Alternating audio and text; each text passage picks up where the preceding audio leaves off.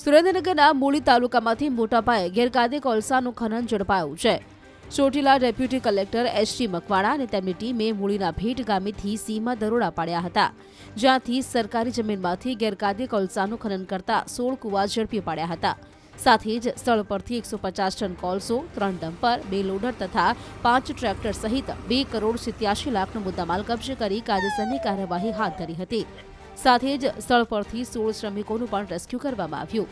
મહત્વનું છે કે ગેરકાયદે રીતે ખનન કરતા ભૂમાફિયાઓ સામે Chotila deputy collector H T. Makwana અને તેમની ટીમે લાલ આંખ કરી છે, ત્યારે આ ભૂમાફિયાઓમાં ફફડાટ જોવા મળ્યો હતો।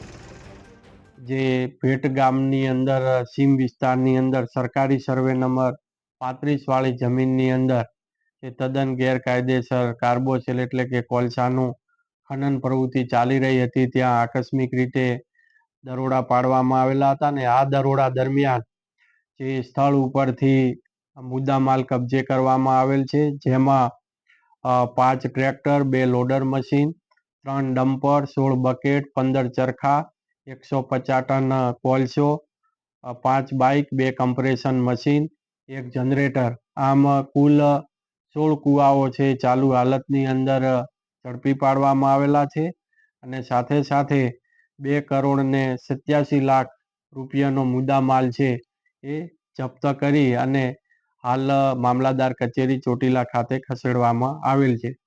આ તદ્દન ગેરકાયદેસર કુવામાંથી જે કોલસાનું ખોદકામ કરતા હતા તે ઈસમોને પણ આઈડેન્ટિફાઈ કરવામાં આવેલ છે, જેમાં રઘુભાઈ કોળી પટેલ રહે ચૂપની તાલુકો હળવદ, મેરાભાઈ ભલાભાઈ કોળી પટેલ રહે સરસાણા તાલુકો થાનગઢ, રઘાભાઈ કોળી પટેલ રહે રાણીપાટ તાલુકો મૂળી, દિનેશભાઈ કાજિયા રહે ગાજિયાવદર તાલુકો વાંકાનેર, કાનાભાઈ ચંદનભાઈ દરબાર રહે થાનગઢ, મનસુખભાઈ કોળી પટેલ રહે ભેટ તાલુકો મૂળી।